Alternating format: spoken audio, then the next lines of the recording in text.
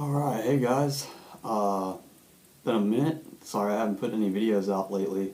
We've been busy, designing new stuff, making new slugs, um, in the holiday season and all that kind of stuff. So I apologize for not getting more videos out. But today I wanted to do a video on scope cameras, what some of their advantages are is to the shooter as far as like what you can learn about your platform by being able to film your shots, right? So what is it going to teach you about your projectile stability?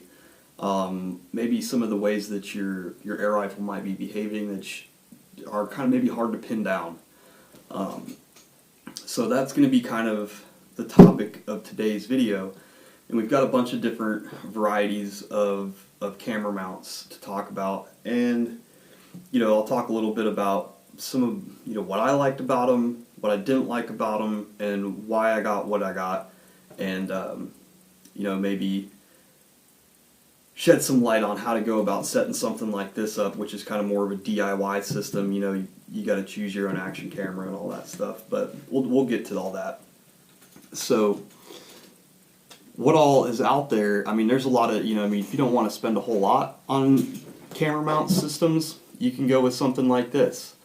And this will just hold your smartphone, in front of your scope. This one's pretty neat. This is available on Amazon. I'll post a link. I think I still have this in my shopping cart.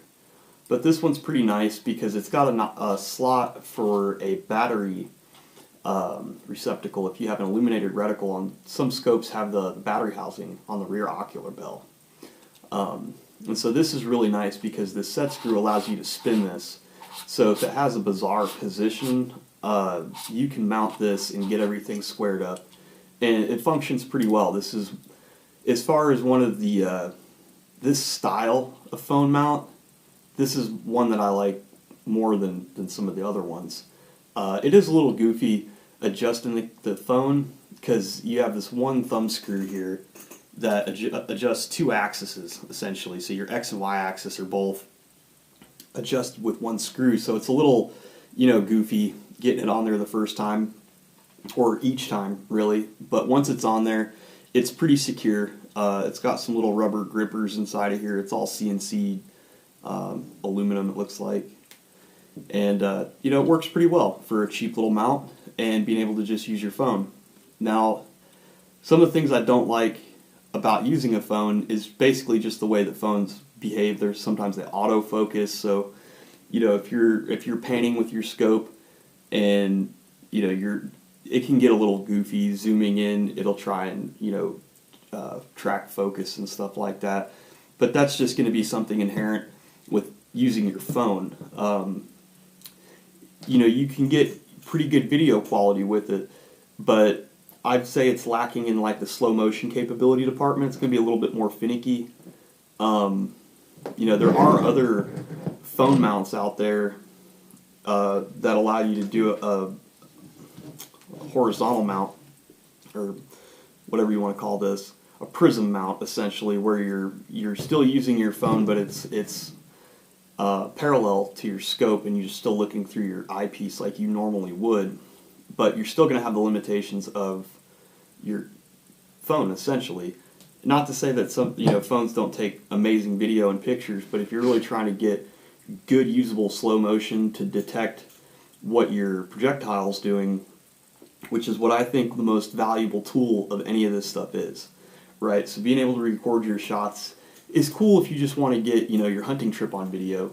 But if you want to learn why your group pattern is the way it is, how much is the wind really affecting it, or is it something is your projectile behaving unpredictably in flight, right? So that leads me to what I would say is probably the next maybe budget option for this. You can get a mount. You can get these mounts on Amazon again for, I think, pretty close to the same, like $20-30, something like that. So they're not outrageous. This is one of the more solid mounts. Not a lot of play in this one. I really like the way that it works. It does have a notch again for battery housing, which this seems like it was kind of maybe made for UTG scopes, at least, because this fits on my UTG SWAT, compact, perfectly. But when I went to go put this on an Athlon Argos that has the battery housing is kind of more on the side, to where it would be like this, right? So I wound up drilling a hole and rethreading it right here in an attempt to try to save, use one of these little tracks here that keeps this, locked in. And it functioned and it worked. And that was just kind of one of the challenges of having, a scope with one of these battery housings. I've since upgraded my scope, don't have that issue anymore, but this was a very capable mount, and I still use this actually. That's actually what I use to focus my action camera lens in this mount, because it was kind of a pain in the butt trying to put it back in and out and focus it. So I just use this mount to focus my other action camera, which we'll talk about that in a minute. So a little bit about this camera, because I've seen some other people on YouTube use this or something really, really similar to it. I think one of the most popular ones, and probably the highest quality one, is the Sony model. I don't remember the exact model number off the top of my head, but I'll try and put a link to something so you can see exactly what camera it is. It's like the RX100, I believe. But this is a Casio version. This is an international camera. I don't think these were ever sold in the United States, so I got mine used from Japan. I'll put a link if it's still available as to where I got this from. And this was a used camera, and I think I gave about $150 for it. This camera is capable in the slow motion department. You can film up to 1,000 frames per second with this, at the sacrifice of resolution. Let's see here, I'll power this on and see exactly what the resolution settings are for this.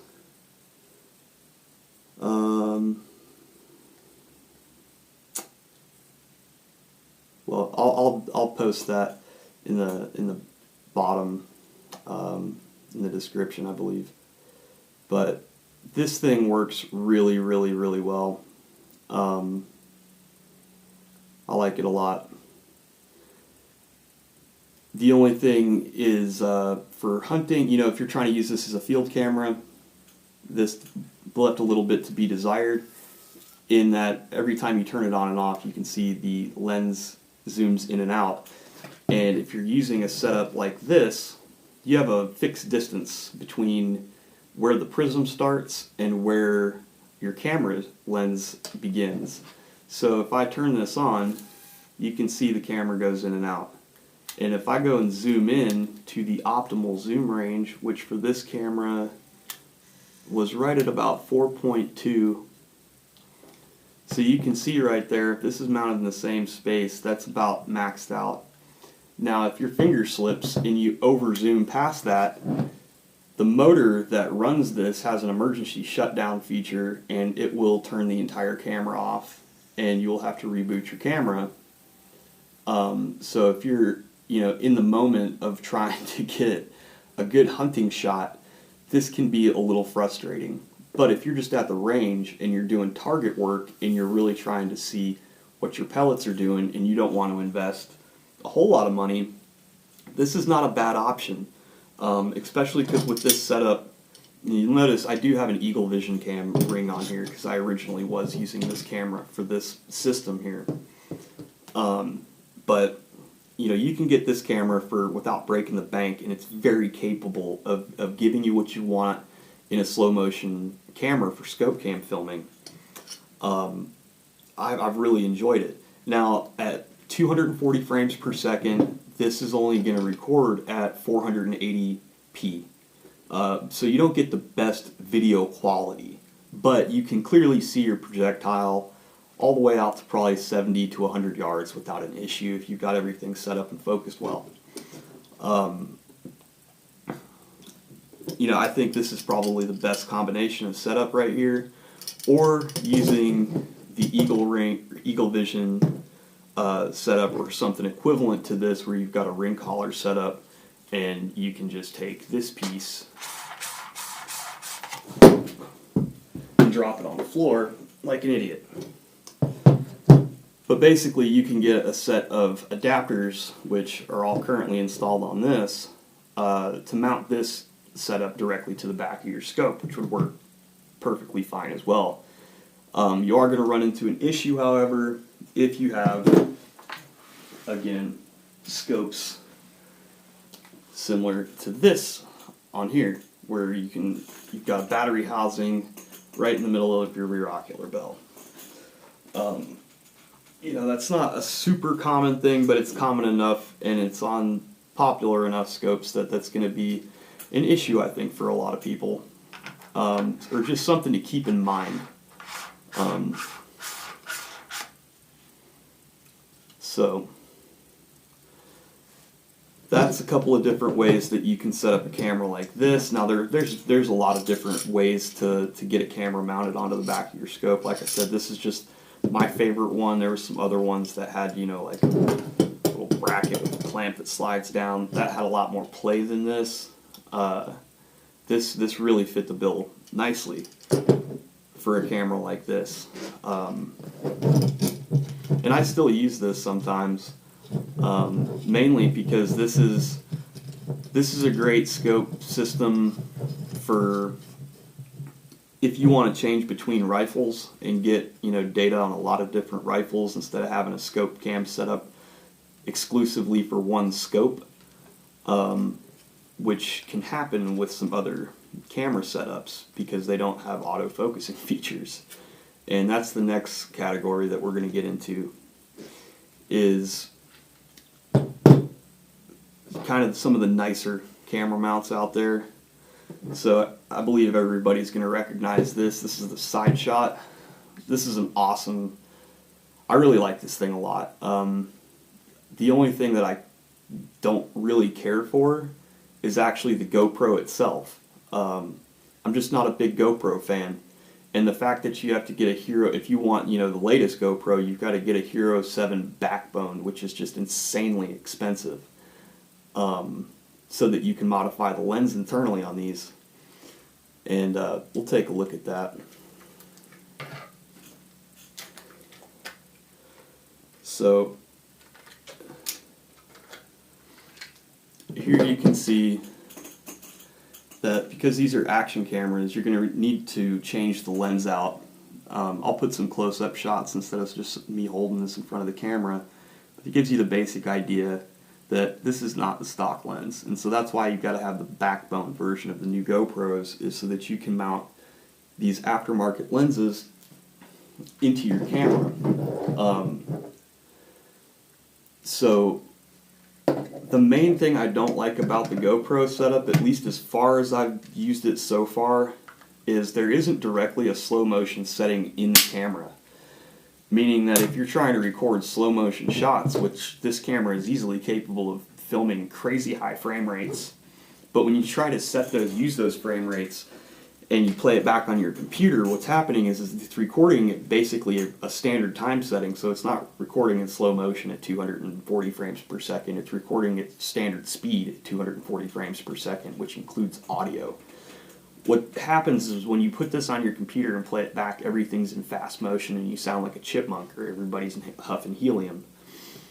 Whereas this camera, which I did a little research, and this is actually the same type of camera that I'm using to film my YouTube videos.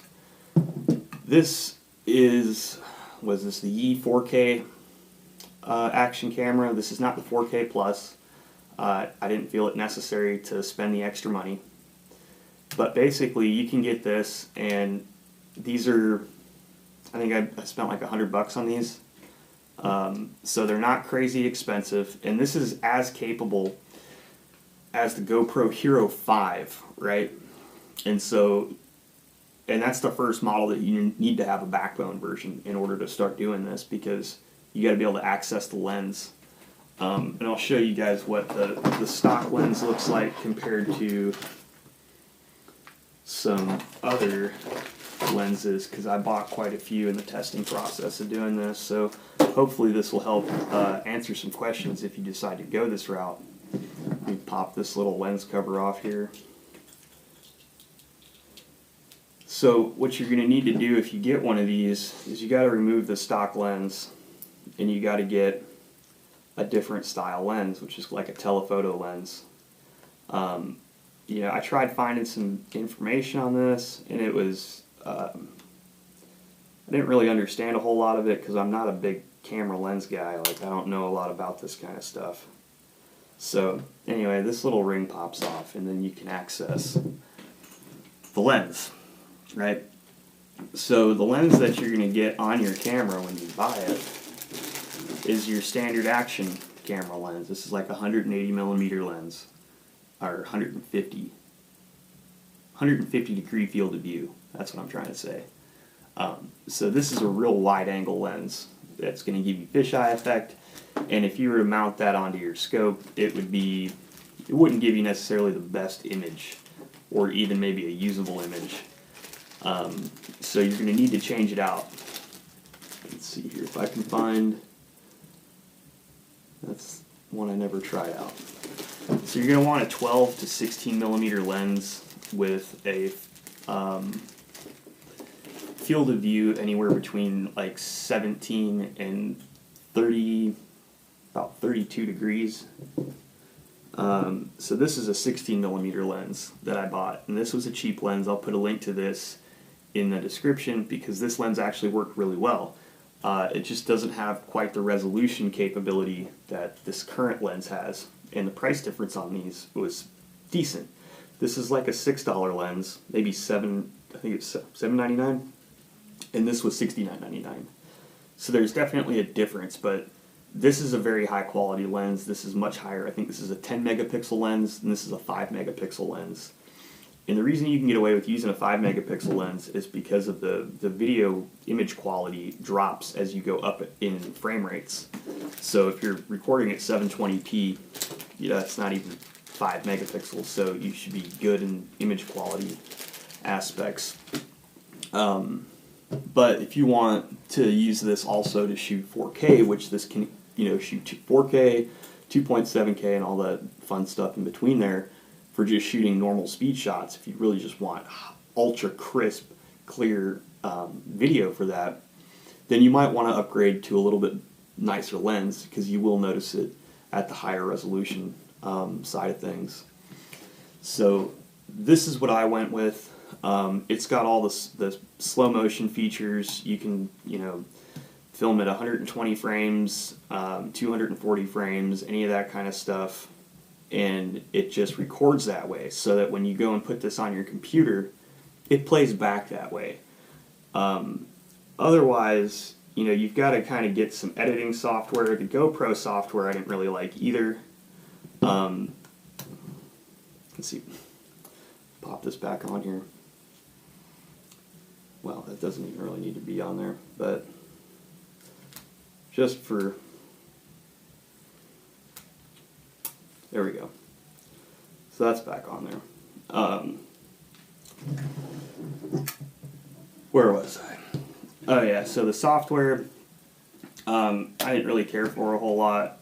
I used DaVinci Resolve to edit most of my videos, and it was just a lot easier because you didn't have to adjust your playback speeds or anything like that with this camera, versus the GoPro cameras. I couldn't find any way to just get the playback to happen at slow motion frame rates.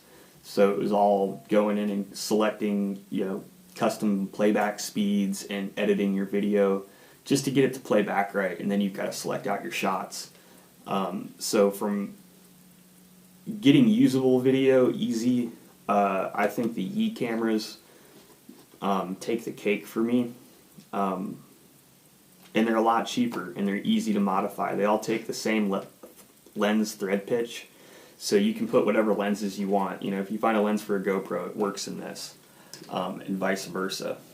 So that's why I went with what I went with. And basically, once this thing's set up, you know, if I turn this on, it's already pre-set up. See if you guys can see it. It says slow motion in the bottom, 240 frames per second. So from here, all I do is hit record, and this thing is already set up and focused to my scope, and it'll focus with my parallax. So as I zoom in and focus my camera, this is focused to the same as my eye. So my image is always pretty clear as long as I've focused my scope properly, then I have a nice clear image all the time through my camera. There's no focusing it, getting it to the right zoom distance with something like this, and it's automatically in slow motion. So this is a really cool setup and everything, but I just don't like the GoPros. I wish I could get this without a GoPro and do something like this with it. Now, talking about this, you will have to buy and modify a case, which they're cheap. I think it's like a $10 case because it's a cheap camera. I took the little lens protector and O-ring off of this and just epoxied it straight to the ring adapter that you get from Eagle Vision. So I don't know if you guys can see that, but in here there's a whole mess of clear epoxy. Do your surface prep, sand it up. I've had no issues with it. It works perfect. And that's pretty much it. You'll have to go through and focus this after you install your new lens. And so basically what I did is the camera is going to come into focus at the same focal distance as your eye. So you need to get this set up at the right distance away from the lens, depending on what your eye relief is for your scope. And then you'll need to focus the lens in the camera to that point to get the best results. To do that, instead of popping it in and out of this thing that was a pain in the butt, I actually mounted my action camera onto this, got it set to the right eye relief, and focused it that way. And that way, I could actually sit here and turn the lens while looking through the screen, and also having it hooked up to my tablet, so I had an expanded view to where I could really see when the picture got nicer. Then I Loctited the lens in place, and you're good to go basically at that point. You might want to pop it into your case, just double check that it is focused properly. But there's a little bit involved into it, but the payoff is that you have something that's really plug and play, at least for one scope. So downside to these is that once you get your scope all your camera all focused up, is that if you want to put this on a different scope that has a different magnification range and a different eye relief, then your camera's going to be out of focus when your eye is in focus. And so you might have to adjust the focal point of your camera again on a different scope. Now, if you're one of the guys that's just really all about the same scope, and you've got the same scope on all of your guns, or at least on a few of them, then your camera setup will be interchangeable from scope to scope to scope. But even if you say you do have the exact same scopes, like, for example, this is my uncle's Crown. This has an Athlon Aries, but this is a 2:15, right? So this has a different magnification power than my scope, which is also an Athlon Aries, but this is the 6-20 or the 4.5 to 27, right? So the 4.5 to 27 has a different eye relief and a different focal length and all that kind of stuff than a 2-15. It's different lens combinations. So if you try to take your camera, like in case this is my uncle's setup, so if he goes and puts his camera on here, gets it all set up for this scope, and then goes to put it on his Impact, which has another Aries, but it's also the same 4.5 to 27, the image doesn't quite come out right. It's a little blurry, so it needs to be refocused, which again is not a huge issue.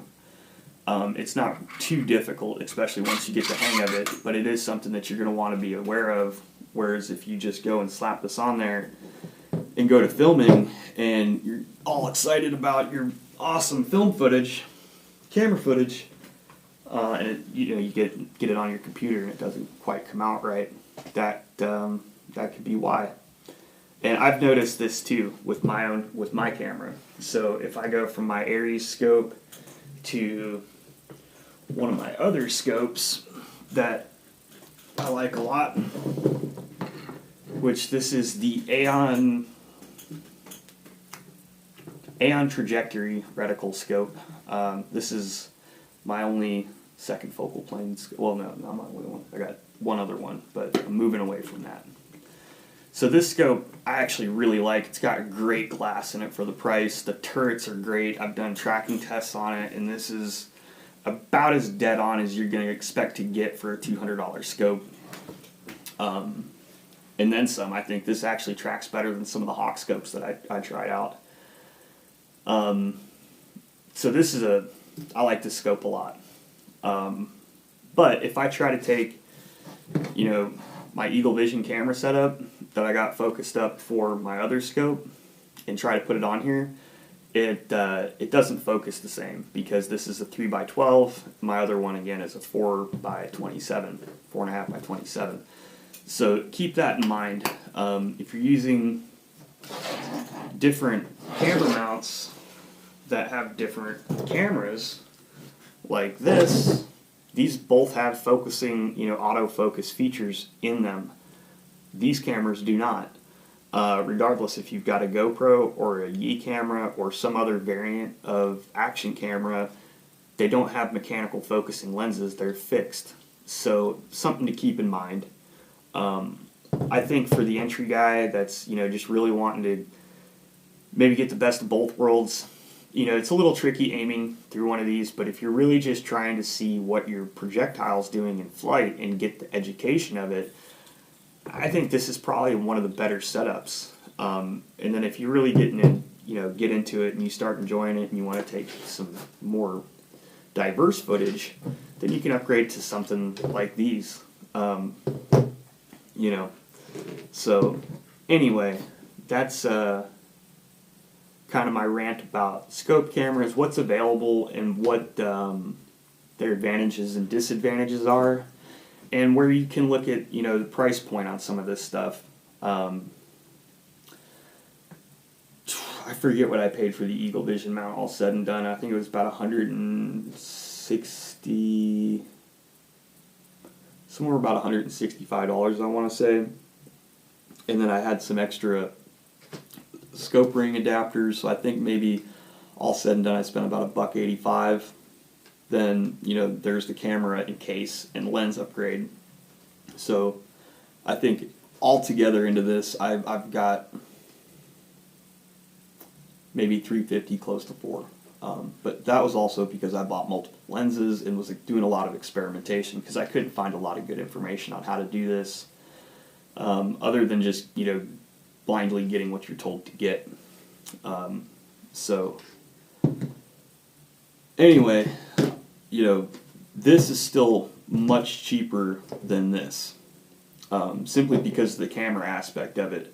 Like I said, this is a nice mount. I have no complaints with the actual construction of this. This thing's legit. My only gripe is I'm not a GoPro fan. So anyway, so that's that. I hope you guys found that somewhat informative. I'll try and throw some, I'll do another video where we actually test some of these out and show, what kind of camera or image quality you can expect to get. This is not the phone I'll be using to film that with. This is my old phone that I used to film with, as you can see by all the cracks on the screen. But we'll go through and we'll take some shots, and then we'll also talk about, I'll intentionally show you guys some unstable flights so that you can see, maybe how to diagnose what's happening with accuracy if you're getting unexplainable stuff for no reason and you have no idea why. That's initially why I got into filming my shots, was I saw Ted from Ted's Holdover do some really cool stuff a few years ago where he was showing instability due to velocity, and that really got me going. I was like, man, that'd be awesome if I could film my own shots. Then I'd be able to tell, is it my projectile? Is it my projectile going too fast? Is it my gun doing something weird? Do I have a crappy barrel? What's going on? So anyway, hope you guys enjoyed this. Sorry it was a little long-winded, but that's scope cameras anyway, or at least some different options. There's a whole lot of stuff out there, and yeah, I'm not trying to say that any of this is the best way to do it. This is just how I did it and what I learned from doing it, and just wanted to share that with you guys. Put some more information out there on YouTube. So, all right, if you guys like this, like it, leave a comment. If you have any more questions about any of this, let me know in the comments section, and I'll try and help you out if I can speak. So like, subscribe, give me a thumbs up, tell me you hate it, whatever. Have fun, shoot straight.